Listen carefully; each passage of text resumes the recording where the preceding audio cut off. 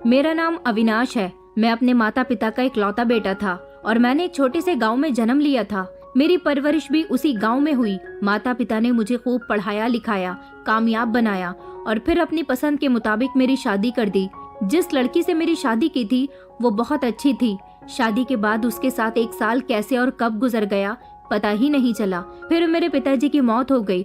उन्होंने अपनी मेहनत की कमाई से गांव में जो जमीनें खरीदी थी वो सब मेरे नाम कर दी। उनको मुझसे बहुत उम्मीदें ख्वाहिशें थी।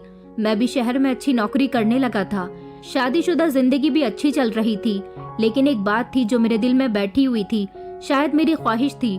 वो ये थी कि मैं जल्द से जल्द पिता बनना चाहता था, वो भी एक बेटे का, ताकि मेरा नाम हो, मेरा परिवार आगे बढ़े, मेरा वारिस इस दुनिया में आए। बेटा ही तो नाम रोशन करता है, बेटा ही तो जायदाद संभालता है, बेटा ही तो अपने पिता का सहारा बनता है। इसीलिए मैं चाहता था कि ऊपर वाला मुझे बेटा दे। शादी को जब पूरा 1 साल हो गया तो मेरी पत्नी को गर्भवती होने की गुड न्यूज मिली। मेरी माँ भी उसके लिए बहुत प्रार्थना कर रही थी कि वो बेटे को ही जन्म दे। मैं भी अपने दिल में प्रार्थना किया करता था कि मुझे बेटा चाहिए और ऊपर वाला मेरी ख्वाहिश पूरी कर दे। फिर एक दिन मेरी पहली औलाद हुई, लेकिन वो बेटी थी। सच कहूँ तो मैं खुश नहीं हुआ था, मेरा चेहरा उदास हो गया था। वो मेरी पहली औलाद थी, मैंने उसे एक बार भी गोद में नहीं लिया था, न उसे प्यार किया था। लोग कहते थे कि बेटी तो पिता की जान होती है, लेकिन मेरे लिए वो बस एक उदासी बनकर आई थी। मेरी पत्नी ने काफी कोशिश की कि मेरा दिल नरम हो जाए, मैं अपनी बेटी से मोहब्बत करने लगूं, उसका मासूम चेहरा देखकर मेरा दिल पिघल जाए, लेकिन मेरा दिल खुशी नहीं था। तो फिर मैं उससे मोहब्बत कैसे करता या उसे प्यार भरी नजरों से कैसे देख सकता था। फिर मेरी बेटी 1 साल की हो गई। उसका नाम भी मेरी पत्नी ने खुद ही रखा, रोशनी। वो कहती थी कि ये सारे समाज की रोशनी बनेगी, मगर मैं उसकी फालतू बातों पर खामोश रहता था। रोशनी खेलते खेलते मेरे करीब आ जाती थी। वो चाहती थी कि मैं उसे अपनी गोद में लूं, उसे प्यार करूं, लेकिन मैंने तो उसे पलटकर भी कभी देखा ही नहीं था। फिर 1 साल गुजरा तो फिर से मेरी पत्नी को गर्भवती होने की खुशी मिली। इस बार मैंने सोच लिया था कि अब की बार तो बेटा ही हो, ऊपर वाला मेरी प्रार्थना सुन ले। मैंने अपनी पत्नी से कहा कि कोशिश करना कि इस बार बेटा होना चाहिए। वो खामोश हो गई। उसकी आंखों में सवाल था जिसका मेरे पास कोई जवाब नहीं था। वो कहने लगी कि अविनाश, ये सब कुछ तो ऊपर वाला करेगा, मेरे हाथ में तो कुछ भी नहीं है। लेकिन मैंने साफ शब्दों में कह दिया था कि मुझे बेटा ही चाहिए। बस उस दिन के बाद वो हमेशा खामोश रहने लगी थी, शायद प्रार्थना करने लगी थी कि बेटा ही हो जाए, क्योंकि वो जानती थी कि जब मैं अपनी पहली बेटी से मोहब्बत नहीं करता तो दूसरी बेटी हुई तो उससे भी नहीं करूंगा। इसलिए अब उसकी भी ख्वाहिश यही थी कि बेटा हो जाए। मेरी जिद, मेरे शब्द उस पर बोझ बन गए थे। और फिर वो दिन भी आ गया जब दूसरी बार भी मेरी पत्नी ने बेटी को ही जन्म दिया। अस्पताल में जब मैंने सुना कि दूसरी भी बेटी हुई है तो मैंने चिल्लाकर कहा कि दूसरी भी बेटी। मेरा मूड खराब हो गया, जिस पर मेरी पत्नी की खुशियां भी धीमी पड़ गई थी। मगर वो तो उसकी माँ थी, उसने उसको जन्म दिया था। मैं भले ही अपनी बेटियों से मोहब्बत नहीं करता था, लेकिन वो दोनों बेटियों से बराबर की मोहब्बत करती थी। मैं पूरी तरह से खामोश हो गया था। मेरी पत्नी भी मुझसे अब कोई बात नहीं करती थी। मेरी ख्वाहिश फिर से टूट गई। रोशनी छोटी छोटी बातें करती, शरारतें करती, मगर मेरे दिल पर उसकी शरारतें कोई असर नहीं करती थी। मेरी पत्नी ने मुझे कई बार समझाया था, मेरे आगे हाथ जोड़े थे कि ये भी तो आपका ही खून है, बेटियां बेटा बनकर दिखा देती हैं, लेकिन मेरा बिहेवियर वही रहा। तीसरी बार फिर से मेरी पत्नी गर्भवती हुई तो मैंने अपनी पत्नी को साफ शब्दों में कह दिया था कि अगर तुमने बेटा पैदा नहीं किया तो इस बार मैं तुम्हें डिवोर्स दे दूंगा। वो मेरी बात सुनकर खामोश हो गई, फूट फूट कर रोने लगी। मेरी माँ ने भी मुझे बहुत समझाया कि बेटा, ये सब कुछ उसके हाथ में नहीं है। अगर तुम्हारे भाग्य में ही बेटा नहीं है तो फिर कोई क्या कर सकता है। उस बेचारी को परेशान मत करो, ऊपर वाले से प्रार्थना करते रहो। अगर वो चाहेगा तो तुम्हें बेटे का पिता जरूर बनाएगा। मगर मैंने तो कह दिया था कि मुझे बेटा चाहिए, बेटा हुआ तभी मैं इसके साथ रहूंगा, वरना इसे डिवोर्स दे दूंगा। मेरी पत्नी रोज रात को रोती रहती थी, प्रार्थना करती रहती थी। उसके चेहरे की मुस्कुराहट तो जैसे कहीं गायब हो गई थी। दोनों बेटियों का बराबर से ख्याल रखती थी। मेरी माँ को मेरी ये बात बुरी लगी थी। वो पूरी तरह से अपनी बहू की साइड में थी, मगर मुझे कोई फर्क नहीं पड़ता था। और फिर वो समय भी आ गया कि तीसरी बार भी मेरी पत्नी ने बेटी को जन्म दिया। अब की बार मेरे पास गुंजाइश नहीं बची थी। मेरा खून खौल उठा। मेरी पत्नी ने मुझे रोते हुए देखा, बेटी को गोद में दिया, लेकिन मैंने उसे अपनी गोद में नहीं लिया। वो समझ गई थी कि अब बेटी पैदा करने का अंजाम क्या होने वाला है। मैं उसे अस्पताल में ऐसी हालत में छोड़कर घर आ गया था। अगले ही दिन मैंने वकील से डिवोर्स के पेपर तैयार करवाए और जैसे ही मेरी पत्नी अस्पताल से डिस्चार्ज होकर घर आई, मैंने वो उसके मुंह पर मार दिए और कहा कि मुझे तुम्हारे साथ नहीं रहना। एक बेटा मुझे नहीं दे सकी तो सारी जिंदगी मेरे साथ क्या निभाओगी। वो रो रही थी, मेरे कदमों में गिर गई। अविनाश, अगर मेरे हाथ में होता तो मैं तुम्हें सारे जहां की खुशियां लाकर दे दूं, लेकिन ये चीज मेरे हाथ में नहीं है। ये सब तो ऊपर वाले की देन है। तुम समझते क्यों नहीं हो? प्लीज तुम मुझे मत छोड़ो। मैं कहाँ जाऊंगी? मैंने कहा कहीं भी जाओ, मगर मैं तुम्हें अपनी जिंदगी से निकालने का फैसला कर चुका हूँ। माँ कहने लगी कि नहीं बेटा, तुम ऐसा मत करो, इस बेचारी को मत छोड़ो। तुम जानते हो कि इसके माता पिता भी नहीं है, ये अकेली है। अब इसके लिए तुम और इसकी बेटियां ही सहारा है बेटा, इस बेसहारा का दिल मत दुखाओ। मैंने कहा माँ, आप भी इसकी तरफदारी करती हो। अगर इसका सहारा इसकी बेटियां हैं तो ये अपनी बेटियों के साथ ही रहे। मैं भी तो आप लोगों का सहारा बना हूं ना। अगर मेरा बेटा हो जाएगा तो वो मेरा सहारा बनेगा। आप लोग ये बात समझते क्यों नहीं है? लेकिन मैंने किसी की एक न सुनी। माँ फिर भी मेरी पत्नी की तरफदारी करती रही और कहने लगी कि बहू इस घर से कहीं नहीं जाएगी, ये उसका घर है और वो यहीं पर रहेगी। मैंने कहा ठीक है, तो फिर या तो ये और इसकी बेटियां इस घर में रहेंगी या फिर मैंने अपना सामान पैक किया और मैं अपना घर छोड़कर आने लगा था। वैसे भी मेरा शहर रोज का आना जाना था, मैं वहीं नौकरी किया करता था। मैंने सोच लिया था कि मैं शहर में ही कोई किराए का मकान देख लूंगा, वहाँ नौकरी भी करता रहूंगा और वहीं रहता भी रहूंगा। मगर मैंने अपने परिवार से सारे संबंध खत्म कर दिए थे। मेरी माँ और पत्नी मेरे पैरों में गिरकर फूट फूट कर रो रही थी, मगर मैंने किसी की एक न सुनी और मैं उनको रोता हुआ छोड़कर उस घर से और उनसे सारे संबंध खत्म करके निकल आया था। मैंने शहर आकर अपनी नई जिंदगी शुरू कर दी थी, उम्मीद के साथ। मैंने सोच लिया था कि अब मेरी पहली डाइवोर्स तो हो चुकी है, मैं यहाँ दूसरी शादी कर लूंगा। उस समय मुझे कोई दुख नहीं था, कोई अफसोस नहीं था, बस एक जिद थी कि मैं शादी करूंगा और बेटे का पिता बनूंगा, उसको अपना वारिस बनाऊंगा। लेकिन मुझे नहीं पता था कि मैं किस चीज का वारिस चाहता था, जमीन का या अपनी बेरहमी का। शहर आकर जैसे मैं अपनी पुरानी जिंदगी को पूरी तरह से भूल गया था। वो घर, वो गांव, पत्नी और बेटियां, वो सब जैसे मेरी जिंदगी में कभी था ही नहीं। यहाँ मुझे एक सुंदर लड़की मिल गई जिसके घर में खुद ही रिश्ता लेकर पहुंच गया था। उसके माता पिता गरीब थे, वो भी यही चाहते थे कि उनकी बेटी की कहीं शादी हो जाए, तो उन्होंने खुशी खुशी अपनी बेटी की शादी मेरे साथ करवा दी। कुछ दिन मैं उसके साथ किराए के घर में ही रहा, लेकिन उसके बाद मैंने अपनी मेहनत की कमाई से अपने लिए एक छोटा सा घर भी खरीद लिया था। मैं गांव से अपनी सारी जायदाद के पेपर्स, अपने कपड़े, अपने सारे डॉक्यूमेंट्स, यहाँ तक कि अपनी हर छोटी से छोटी चीज को लेकर आया था, क्योंकि मैं जानता था कि अब मुझे कभी वहाँ पर वापस नहीं जाना। ये लड़की बहुत ही अच्छी थी, इसका नाम सुहाना था। मैंने इसे अपनी जिंदगी के बारे में बता दिया था, तो इसने मुझे उम्मीद दिलाई थी कि ये मुझे बेटे का पिता जरूर बनाएगी। वक्त गुजरता गया और मैं 1 साल के अंदर ही बेटे का पिता बन गया था, जिसकी मुझे बेहद खुशी थी। मगर मेरी ये खुशी अचानक फीकी पड़ गई। गांव से फोन आया कि तुम्हारी माँ इस दुनिया को छोड़कर चली गई है। ये सुनकर मेरी आंखों में आंसू आए थे। मैं अपनी माँ से बहुत मोहब्बत करता था। गांव से जिसने मुझे फोन किया था उसने कहा था कि अपनी माँ का अंतिम संस्कार करने के लिए आ जाओ, मगर मैं नहीं गया। यहाँ मैं अपने बेटे के साथ अपनी खुशी डबल करना चाहता था। मैं भले ही गांव नहीं गया, मैंने अपनी माँ का अंतिम संस्कार भले ही नहीं किया, लेकिन बेटा मिलने की जो खुशी मुझे होनी चाहिए थी वो माँ की मौत की खबर सुनकर फीकी और अफसोस भरी हो गई थी। कुछ दिन गुजरे तो माँ की मौत का दुख भी दिल से निकल गया। मेरी नजरों में मेरी दूसरी पत्नी की इज्जत बहुत बढ़ गई थी, क्योंकि उसने मुझे एक बेटे का पिता बनाया था। मैं उसकी हर ख्वाहिश पूरी किया करता था। उसके लिए मैंने घर में नौकरानी भी रखती थी, ताकि उसे घर का काम ना करना पड़े और वो ज्यादा से ज्यादा मेरे बेटे का ख्याल रखे। मैं अपने बेटे की हर जिद को खुशी से पूरी किया करता था। वो मेरे लिए दुनिया की सबसे बड़ी कामयाबी था। फिर ऊपर वाले ने मुझे दूसरा भी बेटा दिया तो मेरे घमंड को जैसे पड़ लग गए थे। मेरे सपने हकीकत में बदल गए। मैं अपने बेटों के साथ बहुत खुश रहने लगा। मैं खुद से कहता कि अविनाश, तुम्हें अपनी जमीनों का वारिस, तुम्हारे नामों का वारिस, तुम्हारे खानदान को आगे बढ़ाने वाले बेटे मिल गए। मुझे कभी भी अपनी पुरानी पत्नी और अपनी 3 बेटियों की याद नहीं आई, जिन्हें छोड़कर मैं आगे बढ़ गया था। मैं अपने बेटों से बहुत प्यार किया करता था, कभी उनको डांटा भी नहीं था। वो अपने मुंह से जो भी ख्वाहिश निकालते, मैं उन्हें फौरन ही पूरी कर दिया करता था। मेरी पत्नी भी उनसे कुछ इसी तरह का प्यार करती थी और हम दोनों ने मिल बांटकर उनको बहुत लाडला बना दिया था। मेरे बेटे स्कूल में किसी से झगड़ा करते या गली मोहल्ले में उनकी किसी से लड़ाई हो जाती तो मैं अपने बेटों को ना तो समझाया करता था ना डांटा करता था। बल्कि दूसरों को ही गलत कहता था। और अगर कोई हमारे घर शिकायत लेकर आ जाता तो मैं उससे कहता कि तुम लोग मेरे बेटों से जलते हो। मेरे बच्चे छोटी उम्र से ही बहुत शैतानी किया करते थे।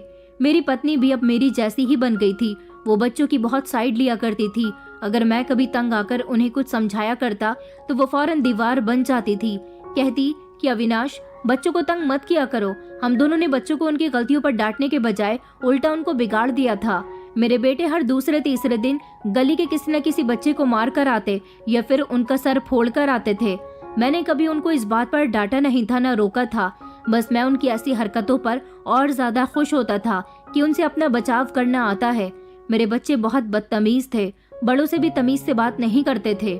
मुझे सब कुछ पता होता था, लेकिन फिर भी मैं कुछ नहीं करता था, बल्कि अपने बच्चों की ऐसी हरकतों पर खुश हुआ करता। जैसे जैसे मेरे बेटे बड़े हो रहे थे, उनकी जुबान, हरकतें और बिहेवियर मेरे काबू से बाहर होते जा रहे थे। मैं उनके आगे खामोश था, क्योंकि वो मेरे वारिस थे। मेरे दिमाग में यही बात बैठ चुकी थी कि ये दोनों मेरे बाद मेरे नाम को आगे बढ़ाएंगे। मेरी हर चीज के हकदार यही हैं। मैं समझता था कि मेरे बेटे मेरे वारिस, मेरी ताकत हैं, लेकिन मैं नहीं जानता था कि जिन्हें मैंने सर पर बिठाया है वही एक दिन मुझे जमीन पर गिरा देंगे। अब मेरे दोनों बेटे जवान हो चुके थे। एक दिन मेरे बड़े बेटे ने मुझे ही ऊंची आवाज में जवाब दिया। जब मैं उसे काम के बारे में कुछ समझा रहा था, उसने कहा कि पिताजी, हमेशा हमें समझाते रहते हो। बचपन में तो कभी आपने हमें गलतियां करने से नहीं रोका, और अब काम में अगर कोई गलती हो जाती है तो ज्ञान देने लग जाते हो। अब हम बच्चे नहीं रहे। मैं उसकी बात पर खामोश हो गया। एक दिन मेरा बड़ा बेटा मेरे पास आया। मैं अपने ऑफिस का काम निपटाने की कोशिश कर रहा था। वो मेरे पास बैठते हुए कहने लगा कि पिताजी, मुझे शादी करनी है।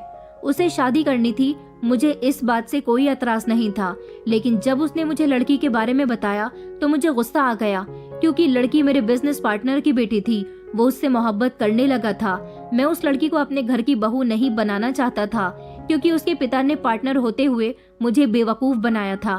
खुद अपना फायदा देख रहा था और मुझे काफी हद तक पीछे कर दिया था, लेकिन फिर भी मुझे इतना फर्क नहीं पड़ा था। मुझे उससे इसी बात का गुस्सा था। मैंने अपने बेटे को समझाया कि उसका पिता मुझे बिल्कुल भी पसंद नहीं है और तुम ऐसी लड़की को पसंद कर बैठे हो। उसने कहा कि पिताजी, आपको उसके पिता पसंद नहीं है, लेकिन मुझे वो लड़की बहुत पसंद है। बस आप मेरा रिश्ता मांग लो। मैंने उसकी तरफ देखा और कहा कि ऐसा नहीं हो सकता। मैं तुम्हारी शादी उस लड़की के साथ नहीं होने दूंगा। उस समय तो मेरा बेटा खामोश हो गया था। सिर्फ इतना कहकर वहां से चला गया कि वारिस तो पैदा कर लिए, पर उनकी ख्वाहिशों का आपको कोई एहसास नहीं है। मैं खामोशी से अपनी जगह बैठा रहा। वक्त इसी तरह से गुजरता गया। मेरे दोनों बेटे जवान होने के साथ साथ काफी समझदार भी हो गए थे। मैं बुढ़ापे की दहलीज पर पहुंच चुका था। अब मुझसे ऑफिस भी नहीं जाया जाता था, बस घर में ही रहने लगा और घर का माहौल देखता रहता। अपने बेटों को मैंने बड़े लाड प्यार से पाला था, उनकी हर बात को माना। वही अब मेरे लिए लाचारी का रास्ता बना रहे थे। मेरी पत्नी, जिसे भी मैंने बहुत इज्जत दी थी, अपने सर पर बिठाया था, वो अब छोटी छोटी बातों पर झुंझला जाती थी, मुझे ताने दिया करती थी। उसके चेहरे में अजनबियत आ गई थी। एक दिन बड़े बेटे ने कहा कि पिताजी, आपका कमरा हमारे कमरे के जस्ट बराबर में ही है। आप सारी रात खांसते रहते हो, जिसकी वजह से हमें नींद नहीं आती। छोटे बेटे ने भी कुछ ऐसा ही कहा। मेरी पत्नी खामोशी से दरवाजे पर खड़ी हुई सब कुछ देख रही थी, लेकिन उसने कोई शब्द नहीं कहा। मैंने नजर झुका ली। अब मेरी बोलने की हिम्मत नहीं थी। मैं उन लोगों के लिए बूढ़ा हो चुका था, बेकार हो चुका था। मेरा बिस्तर और कुछ पुरानी चीजें उन्होंने स्टोर रूम में रख दिया था। स्टोर रूम की छत से पानी टपकता था। कमरे में सीलन थी। वो घुटन थी जो शायद किसी ने बरसों से महसूस नहीं की हो, लेकिन मैंने कुछ नहीं कहा। मैंने सब्र किया और सोचा कि कम से कम मेरे सर पर छत तो है। मैं वही अविनाश था जो जमीनों का मालिक हुआ करता था, जो वारिसों के सपने देखता था। छत से पानी टपकता तो मैं चादर में मुंह छुपा लिया करता था। कभी कभी खांसी के दौरे उठते। मेरी पत्नी को भी मेरी कोई फिक्र नहीं थी। मैं ये समझता रहा कि मैं खुश नसीब हूँ, क्योंकि मैं अपने बेटों के पास हूँ। कभी मुझे कमरे की खिड़की से उनकी बातों की आवाज आया करती थी। वो हंसते हुए अपनी माँ को मेरी कमजोरी बताया करते।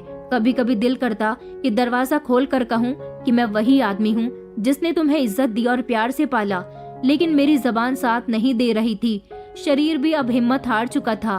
पत्नी कभी खुद खाना देने आती तो कभी नौकरानी के हाथ भेज दिया करती थी, लेकिन उसका बिहेवियर भी अब काफी बुरा हो चुका था, जैसे मैं इन सबके लिए बोझ बनकर रह गया हूँ। मैंने उनकी ऐसी हरकतें देखकर खुद को समझा लिया था कि मेरे 2 बेटे हैं, मैंने उन्हीं के लिए सब कुछ छोड़ा था और उन पर भरोसा किया था। मगर अब वो मेरे साथ जैसा कर रहे थे उस हिसाब से वो मेरे भरोसे के लायक नहीं रहे। मैं इस स्टोर रूम में अकेला पड़ा रहता था, किसी को मेरी कोई फिक्र नहीं थी, कोई मुझे पूछने वाला भी नहीं था। एक दिन मुझे बाहर से चहल पहल की आवाज आ रही थी। मैंने खिड़की से झांककर अपनी पत्नी से पूछा कि क्या बात है, किस बात की चहल पहल है। तो उसने कहा कि हमारे बड़े बेटे पवन ने अपनी मर्जी से शादी कर ली है। मैंने चौंक कर कहा कि उसी लड़की से जिसके साथ वो शादी करना चाहता था। वो हंसते हुए कहने लगी कि हाँ, जैसे आप नहीं मान रहे ऐसे ही उस लड़की का पिता भी नहीं मान रहा था, तो मेरा बेटा उसे भगा कर ले आया। मैं बहू के स्वागत की तैयारी कर रही हूँ। ये सुनकर मेरा खून खौल उठा था। मुझे बहुत गुस्सा आया था, लेकिन मैं कुछ नहीं कर सकता था।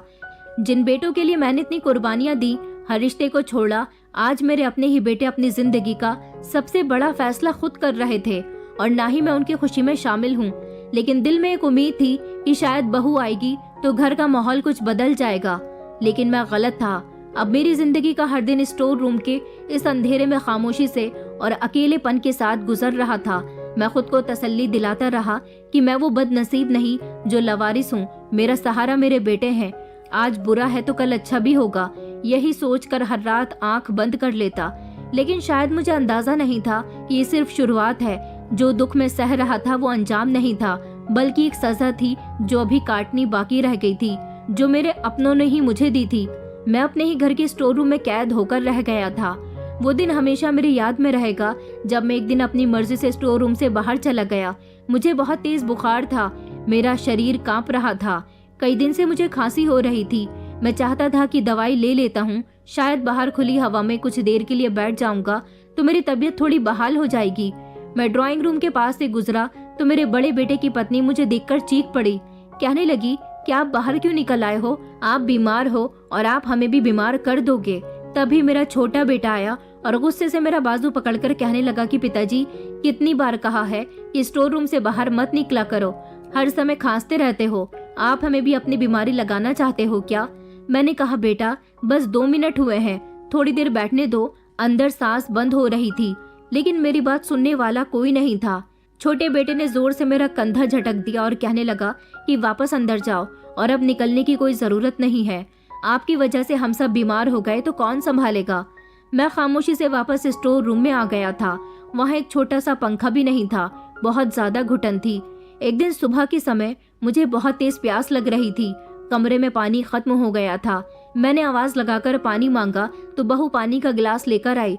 कहने लगी कि आपको बाहर आने की कोई जरूरत नहीं है, बस ग्लास ले लीजिए, मैं अंदर नहीं आऊंगी क्योंकि आप बीमार हैं, आपका इन्फेक्शन मुझे भी लग सकता है। मैंने कांपते हाथों से पानी का गिलास पकड़ा तो वो जमीन पर गिर गया। बहू वहां से चली गई, उसने मुझे दोबारा पानी नहीं दिया। मैंने खुद ही हल्का सा दरवाजा खोलकर कांच के टूटे हुए टुकड़े उठाए और समेटता रहा ताकि किसी को तकलीफ न हो। कुछ दिन और ज्यादा दर्दनाक गुजर रहे थे। मेरे पेट में एक दिन बहुत तेज का दर्द उठा। मैं जोर जोर से चिल्ला रहा था मगर किसी ने मेरी आवाज नहीं सुनी। मैं आवाज देता रहा, दरवाजा खटखटाता रहा। थोड़ी देर बाद मेरा छोटा बेटा आया और कहने लगा कि क्या है पिताजी, किस बात का शोर मचाया हुआ है। मैंने कहा बेटा मेरे पेट में बहुत तेज दर्द हो रहा है, मुझे कोई दवाई दे दो या फिर डॉक्टर के ले चलो। उसने कहा कि कोई दर्द नहीं है, सब आपके बाहर निकलने के नाटक हैं, आपने खा लिया होगा कुछ उल्टा सीधा इसलिए दर्द हुआ है। मना किया है ना कि ज्यादा मत खाया करो, 2-3 दिन भूखे रहोगे तो पेट का दर्द ठीक हो जाएगा, कोई जरूरत नहीं है दवाई की। इतना कहकर वो वहाँ से चला गया। मेरे इतनी तेज दर्द हो रहा था कि मैं दर्द से तड़पते तड़पते बेहोश हो गया। मुझे याद है जब मुझे होश आया तो मैं वहीं स्टोर रूम की जमीन पर था। मुझे देखने वाला कोई नहीं था।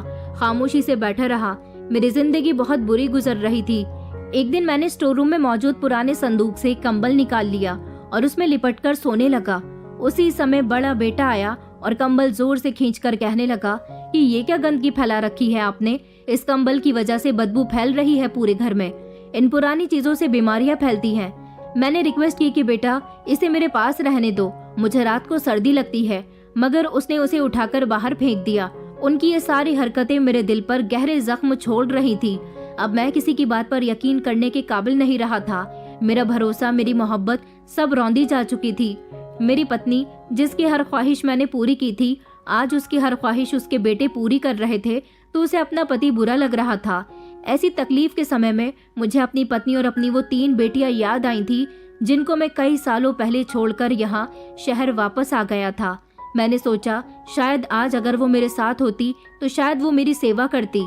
अब मैं अपने बेटों की हरकतें और बर्दाश्त नहीं कर सकता था। मैं अपनी जिंदगी के वो दिन कभी नहीं भूल सकता था।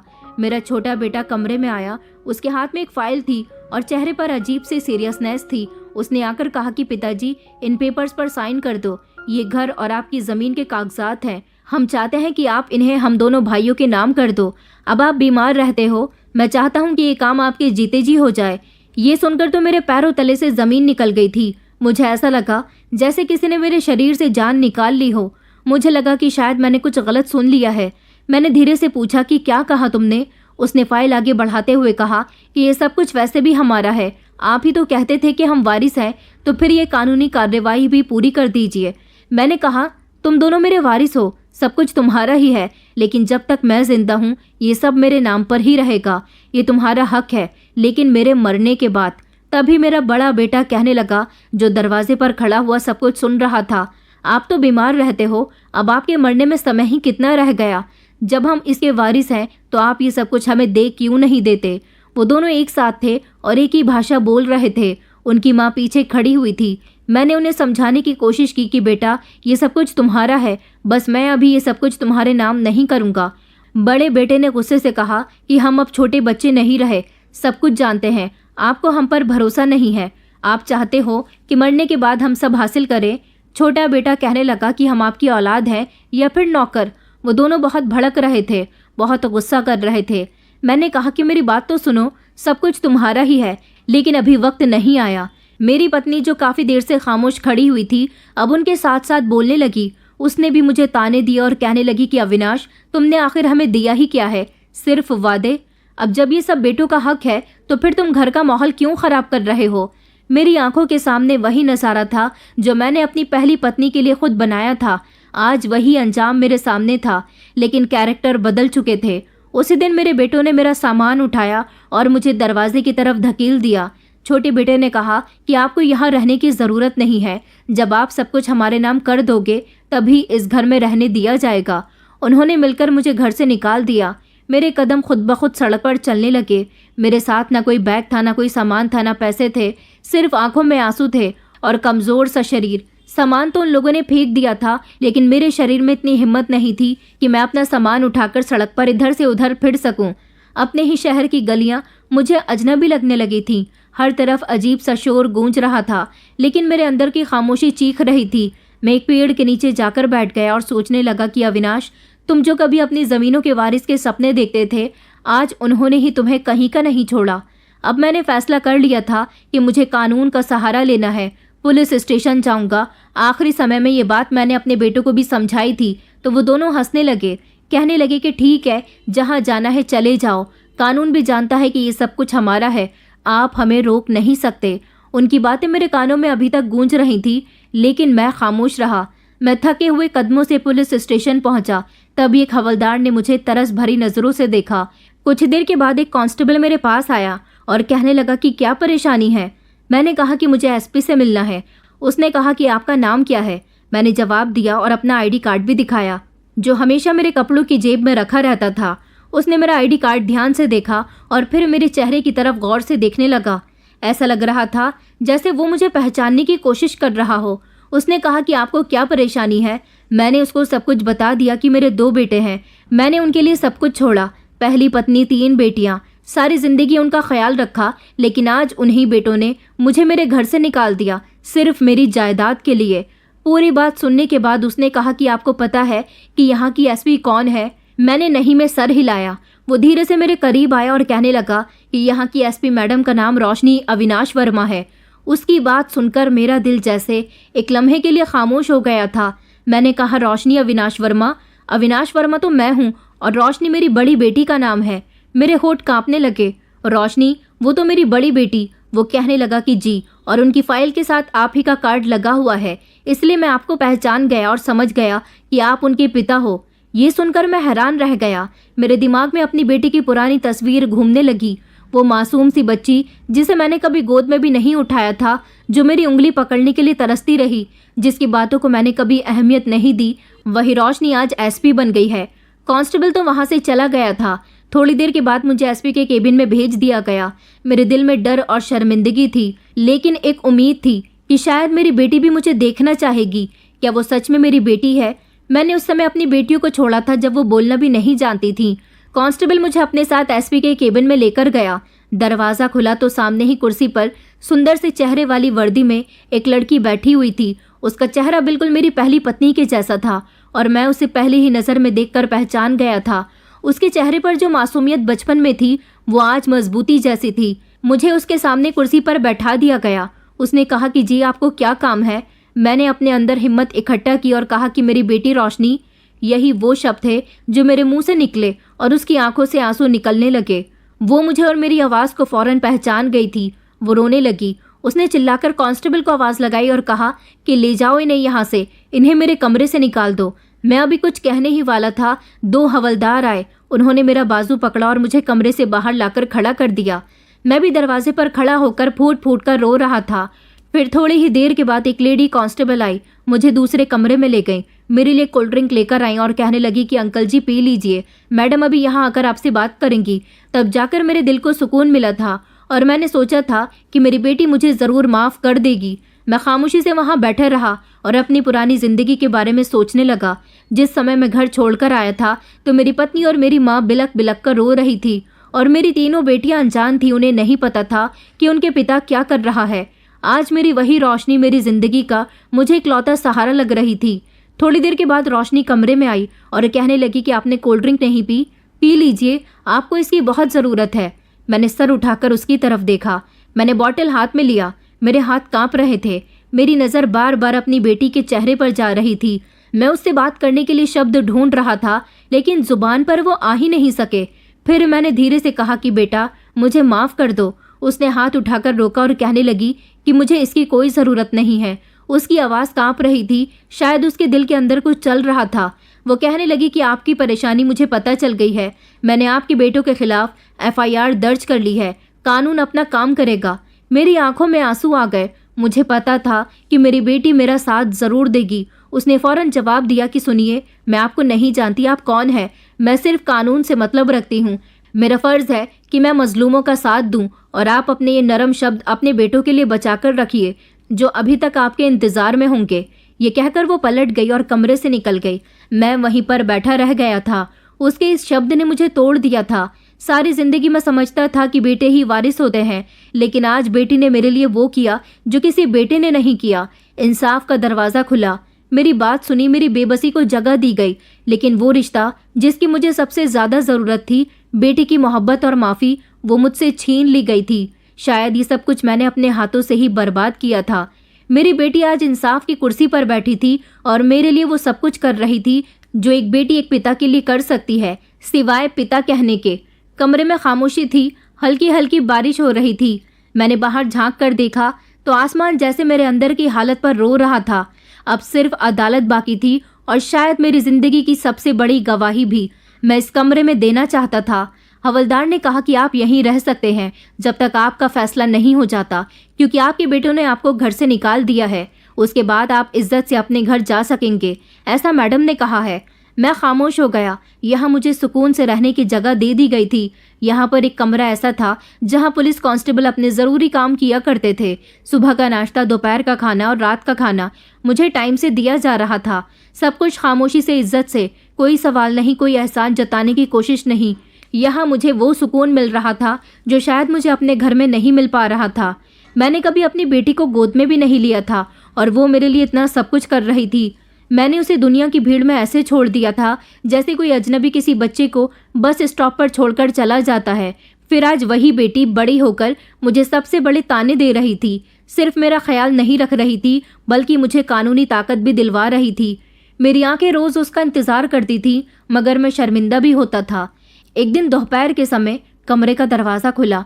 रोशनी हाथ में एक फ़ाइल लेकर आई। उसके चेहरे पर मामूली सी सीरियसनेस थी, लेकिन शब्दों में नरमी थी। उसने कहा कि ये फ़ाइल है, इस पर आप अपने सिग्नेचर कर दीजिए। मैंने अदालत में आपका केस दायर कर दिया है। कल पेशी है, आपके दोनों बेटे भी अदालत आएंगे और आपको भी ले जाया जाएगा। मैंने उसकी तरफ देखा और खामोश रहा। उसने धीरे से कहा कि लगता है कि आप कोई गलत कदम उठा रहे हैं। आप अपने ही बच्चों के खिलाफ जा रहे हैं। आपके पास अभी भी समय है, आप चाहें तो अपना फैसला बदल सकते हैं। मैंने धीरे से कहा कि नहीं बेटा, जिंदगी में पहली बार तो मैं ठीक फैसला कर रहा हूँ।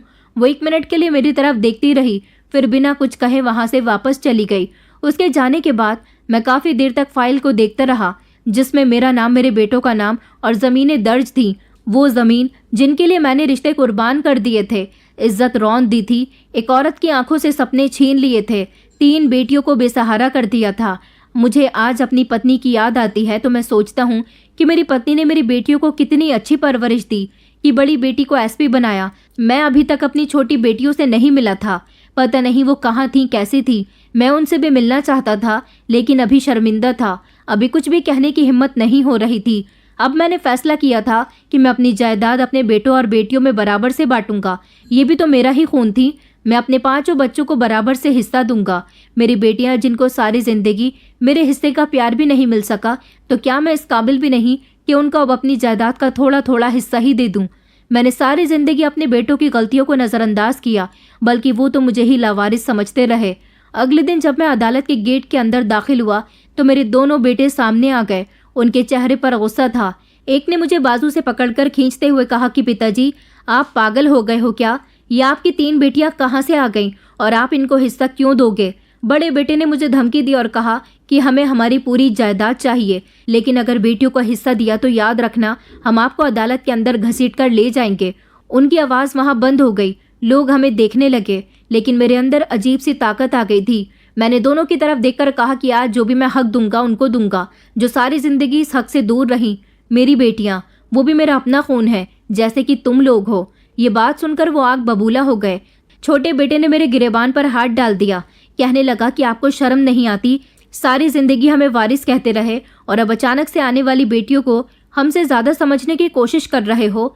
जब मेरी बेटी ने यह सब कुछ देखा तो एक को दूर धकेला और दूसरे के मुंह पर थप्पड़ मारा और कहने लगी, बाप का गिरेबान पकड़ते हुए तुम लोगों को शर्म नहीं आती? अब जो भी बात होगी अदालत के कमरे के अंदर होगी, चलो अंदर। उन लोगों ने मुझे घूरते हुए तेजी से कदम अंदर बढ़ाए। मेरी बेटी की वर्दी चमक रही थी, उसकी आंखों में भरा हुआ गुस्सा, सब कुछ मुझे दिखाई दे रहा था। मेरी आंखों से आंसू निकल रहे थे। मैं जिंदगी भर बेटा बेटा करता रहा, लेकिन आज मेरी बेटी मेरा सपोर्ट बन चुकी थी। वो बेटी जिसे मैं लवारिस समझता रहा। मेरी बेटी मेरे पास आई और कहने लगी कि आपको जो भी कहना है तेज आवाज में कहना, मैं आपके साथ हूँ। आज उसकी वर्दी के नीचे मेरे लिए मोहब्बत झलक रही थी, जो काफी सालों से दबी हुई थी। सब लोग अदालत में जमा हो चुके थे। कानून के मुताबिक मुझे गवाही देने के लिए कटघरे में बुलाया गया।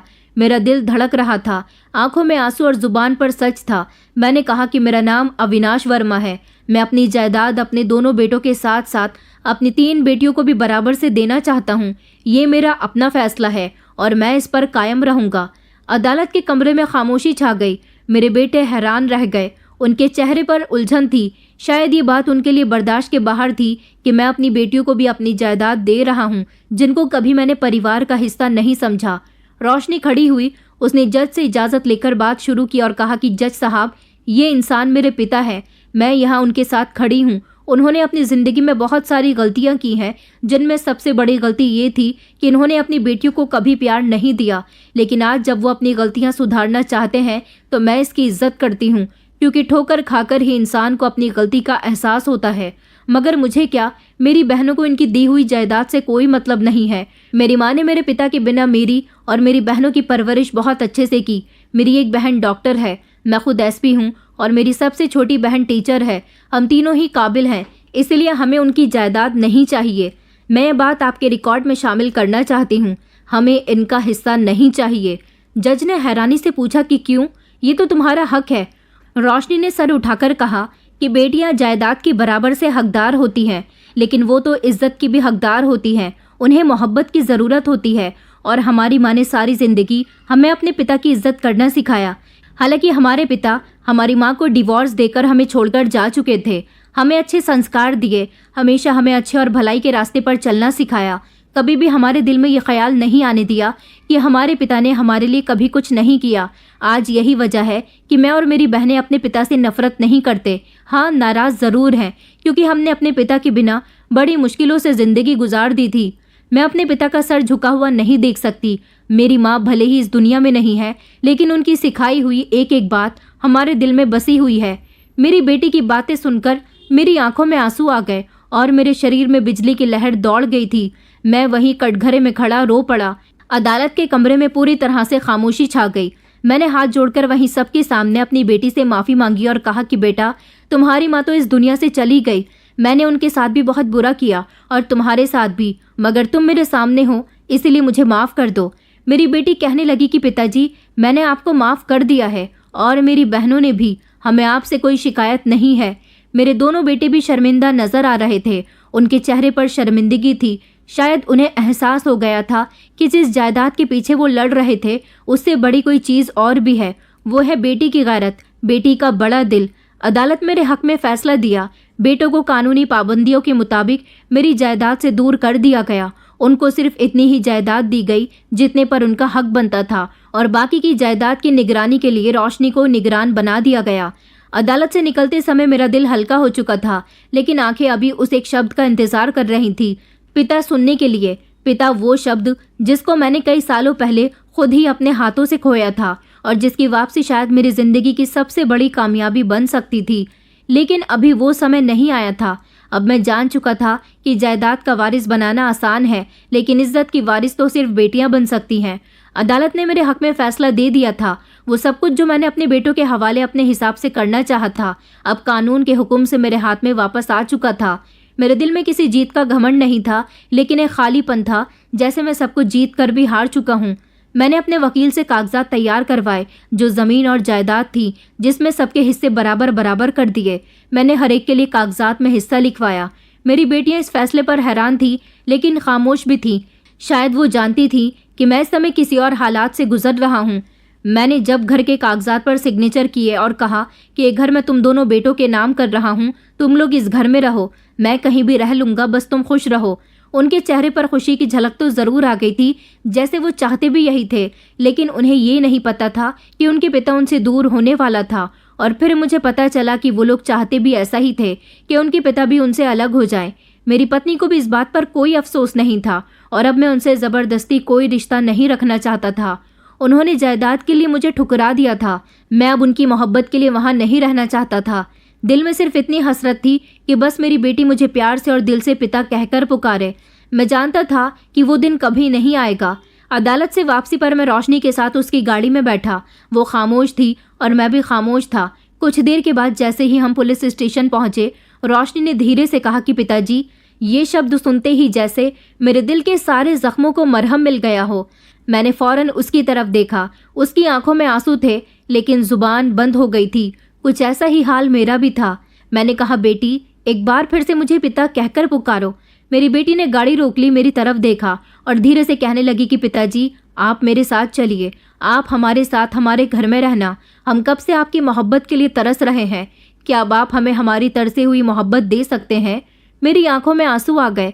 मैंने अपनी बेटी के सर पर हाथ रखा और कहा, हाँ बेटा, क्यों नहीं। अब मेरे लिए सब कुछ तुम ही तो हो। मैं भी अपनी पुरानी गलतियों का पश्चाताप करना चाहता हूँ। मैं तो इस लम्हे के लिए बरसों से तरस रहा था। मैंने अपनी बेटियों को दुनिया की नज़रों में लावारिस समझा था। मैंने हाथ जोड़कर कहा कि बेटी, मैंने तुम पर बहुत जुल्म किए, तुम पर, तुम्हारी माँ पर और अपनी दोनों छोटी बेटियों पर भी। उसने कहा, पिताजी, आपने जो किया वो पुराना समय था और पुराना समय गुजर गया, तो आपको ये बातें भी भूल जानी चाहिए। लेकिन हम बेटियां लावारिस नहीं होती। आपकी गलतियां हमें हमारी पहचान से जुदा नहीं कर सकती। आपकी तीनों बेटियां आज भी आपका इंतजार करती हैं। मैंने पहली बार अपनी बेटी को गले लगाया। ऐसा लग रहा था जैसे बरसों की दूरी अब मिट चुकी हो। एक ऐसा सुकून था जो मेरे बेटों की जिद में नहीं था, जो सिर्फ बेटी की बाहों में था। रोशनी ने घर पहुंचकर बताया कि एक बहन डॉक्टर है और एक बहन टीचर है और हम तीनों मिलकर अपने घर को चलाते हैं। दरअसल जब दादी की मौत हो गई थी, तब माँ हमें शहर लेकर आ गई थी। माँ को तो पता ही नहीं था कि आप किस शहर में हो। हम लोग यहाँ रहे। माँ ने लोगों के घरों में नौकरी की, हमें पढ़ाया लिखाया, हमारे सपने पूरे किए और फिर जब हम किसी काबिल हो गए तो माँ हमें इस दुनिया से छोड़कर चली गई। पिताजी, माँ ने हमारे लिए बहुत सारी कुर्बानियाँ दी थी। मेरी आंखों में आंसू थे और दिल में अपनी पत्नी की आत्मा के लिए शांति थी कि ऊपर वाला उसकी आत्मा को शांति दे। उसने मेरी बेटियों के लिए काफ़ी कुछ किया। शायद उसकी ही मेहनत का नतीजा था जो आज मेरी बेटी मेरे सामने मेरी मदद का जरिया बनी थी। मैंने कहा, बेटा, तुम्हारी माँ को मुझसे बेहतर कोई नहीं जानता था, फिर भी मैंने उसे बहुत दुख दिया। रोशनी ने कहा कि माँ बहुत बहादुर थी पिताजी, उन्होंने हमें कभी किसी चीज़ की कमी महसूस ही नहीं होने दी, सिर्फ पिता की कमी हम तीनों बहनों ने हमेशा महसूस की, लेकिन अब आप आ गए हो हमारी कमी को पूरा करने के लिए। मेरी बेटी मुझे घर के अंदर लेकर गई, जहां मेरी छोटी बेटी गले में स्टेथोस्कोप और सफ़ेद कोट पहनकर खड़ी हुई थी, और दूसरी तरफ मेरी सबसे छोटी बेटी जिसकी आंखों पर चश्मा था। वो दोनों मुझे देखकर हैरान रह गईं। मैं उनके लिए एक अजनबी इंसान था। जब रोशनी ने उनको बताया कि ये हमारे पिताजी हैं, तो वो दौड़कर खुशी खुशी मेरे करीब आईं और उन्होंने मुझे गले से लगा लिया और हम चारों बाप बेटी फूट फूट कर रोने लगे। वो कहने लगी कि पिताजी आप आ गए हो, हम आपका कब से इंतज़ार कर रहे थे। जब से दीदी ने हमें बताया था कि आप हमारी ज़िंदगी में वापस आ गए हो, तब से हम लोग बहुत खुश हुए थे। हमने ही दीदी से कहा था कि वो आपको यहाँ ज़रूर लेकर आएँ, हम आपके साथ रहना चाहते हैं। मैंने अपनी बेटियों के सर पर हाथ रखा और कहा कि बेटा, अब मैं तुम लोगों के साथ रहूँगा। आज मैं अपनी तीनों बेटियों के साथ रहता हूँ। मुझे अपने बेटों की याद नहीं आती। मेरी तीनों बेटियां बेटा बनकर मेरा बहुत ख्याल रखती हैं। मैं आज भी शर्मिंदा हूं और उनसे अपनी पुरानी गलतियों की माफ़ी मांगता रहता हूं। दोस्तों, उम्मीद करती हूं आपको हमारी कहानी पसंद आई होगी। कहानी पसंद आई है तो वीडियो को लाइक करें, चैनल पर नए हैं तो चैनल को सब्सक्राइब करें और हाँ, नोटिफिकेशन बेल को ज़रूर दबाएं ताकि अगली अपडेट सबसे पहले आपको मिले।